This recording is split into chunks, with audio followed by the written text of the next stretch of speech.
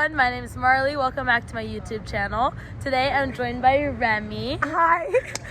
We're going to be filming today's video on some tips for writing your UC personal insight questions. So we both go to UCLA and Remy is an incoming fourth year and I am an incoming third year. So we are both UCLA campus tour guides and I adopted Marley as my little mentee. We're going to go ahead and share some of our own personal thoughts and experiences on the whole application process in terms of essays. However, we like to give a disclaimer that we are not admissions counselors, nor do we have any real information on how they choose anything. This is just what we've learned. Our own experiences that we can offer. The first kind of section we want to talk about is just getting started on your essays. You pretty much are going to have 8 prompts that are for the UC PIQs or personal insight questions, and you only have to answer 4 of them, or you only really get to even answer 4 of them. What I would recommend doing is writing out all of your thoughts on every single essay topic, and then going back and deciding which 4 you're going to write. If you're applying on the Common App as well, definitely check out what kind of extra supplemental essays the Common App might have for you, because those prompts can sometimes spark some inspiration for other topics that you might want to write about. In addition, sometimes you'll see that other schools will have prompts that are really similar to 1 or 2 of the PIQs. So to avoid doing excess writing, just kind of see where they overlap. Going along with that whole doing less work, start as early as you can. Don't wait until the last minute, because at least for me personally, I was done with all of my essays by Thanksgiving break. It was a much less stressful experience. And can't relate. These were due November 30th, I think, for us. I was writing all of my PIQs on November 30th. I will say senior fall was probably the worst mental health I've ever had in my life. And I would say the opposite. The fall of my senior year was amazing because I was pretty much done with my essays already, and so I was really just vibing. Definitely front load as much as you can, but also know that not all of us are Marleys. The next topic that we have is kind of about the content that you're going to be writing.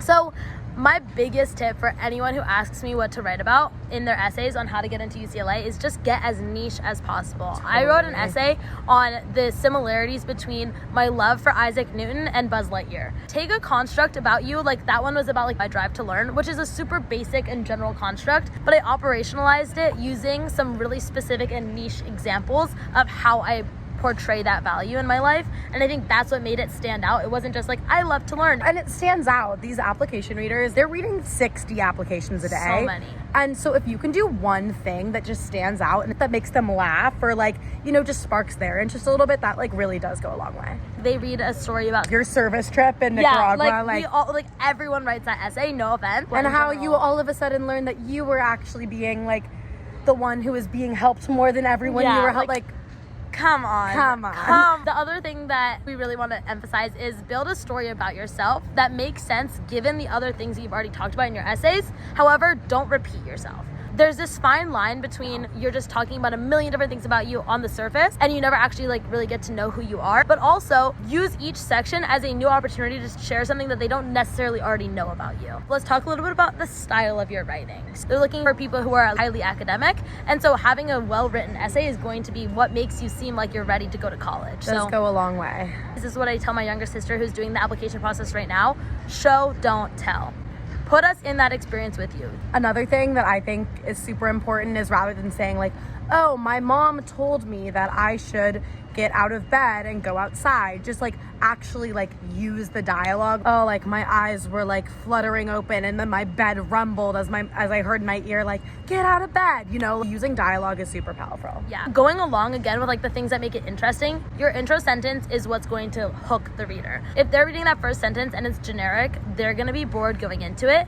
They're already in a bad mood now and they don't really care what you have to say. Nope. Hook them. Have that first sentence make someone wonder, what the heck is she talking about? Honestly, leave them with a little bit of mystery. I'm not gonna officially give this as a word of advice, but one of my close friends, his introduction to his Common App essay was had a curse word in it. Oh. And I know, and usually that's should I?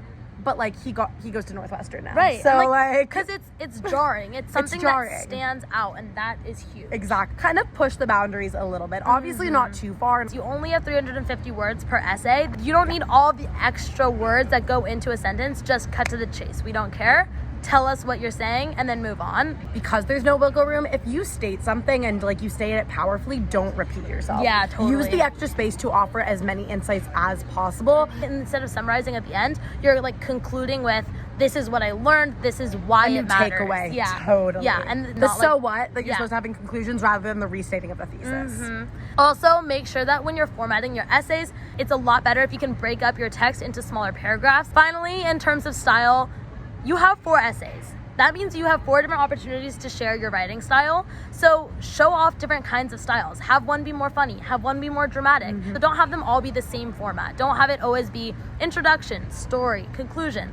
Mix it up. Share different styles. I've met people who have made one of their PIQs like completely a poem, which is like so cool. So cool. And that like really goes a long way. And like, don't feel like you have to fit any specific mold. And again, these are 4 different questions, really cover different aspects of your identity. Do not repeat yourself in either of the PIQs. Yeah, That's I agree. Super important. I think it's also cool if you do it like related to the potential area of study that like you're going into. Like I'm personally like, my major is human biology and society, and I know a lot of people who I talk to or who like wrote one of their PIQs like in the format of like a lab report. Oh, cool. Which is like super cool. Make sure that once you've written some drafts, have somebody else read it. It's really hard to be able to critique your own writing, so have another set of eyes. And I recommend having 2 different kinds of eyes look over it. One person who knows you, who can tell you like, this seems important to who you are as I know you, or like this doesn't seem important. And then have someone who's unbiased, who doesn't really know you very well, and see if they can understand who you are as a character from just those essays. See if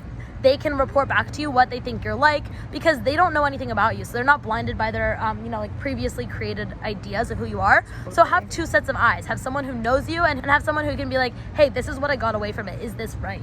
And be very conscientious and like aware of who you're choosing to review these essays. Don't choose the person who's a people pleaser. Yeah. Choose someone who is going to be upfront and hype you up where you deserve the hype, but also be critical in the parts where it's like, this is unnecessary, because ultimately like they're just trying to help you craft the perfect essay. And I also want to add, choose 2 people. Don't choose 20 people, because everyone will inherently have their own opinions, and it'll just get really overwhelming and stressful if you have too many opinions at once. The next thing is like, be genuine, be truthful. If you try to like make up a story, or if you try to like overly enhance some story, like it's gonna show through. Be honest. That's all you can really ask for. I know that sounds like cheesy and annoying. Like be true honest. to you. Everyone else is already taken, but like it's real and it's obvious when something's untrue.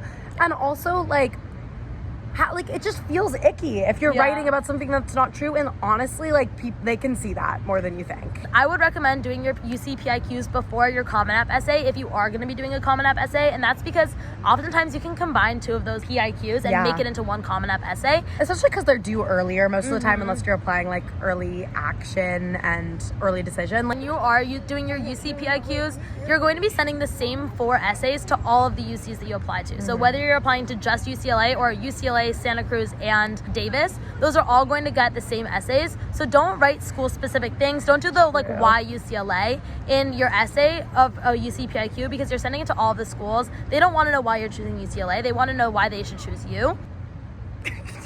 In conclusion, you're gonna slay. Yeah. Like, be true to yourself. Take like our more specific words of advice, just like do something different. Don't be afraid to take risks, but like ultimately just trust yourself. Don't be afraid to, mix it up a little bit, but like don't be anyone but yourself. It's everyone else is already taken. And you will find a place.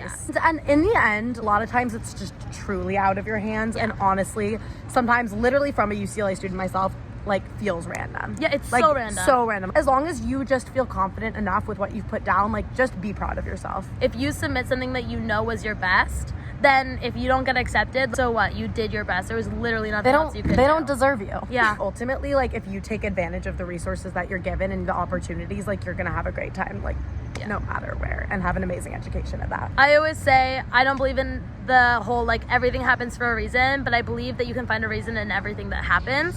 And I think that's really, really true with the schools you go to. I don't think you're rejected for a reason, but I think that with an acceptance that you get, you can make a reason out of wherever you do end up. So with that being said, if you have any comments or questions, let us know. We're happy to answer them in the comment section. And thank you so much for watching. We hope it helped, and we'll see you in the next video. Thank you. Bye.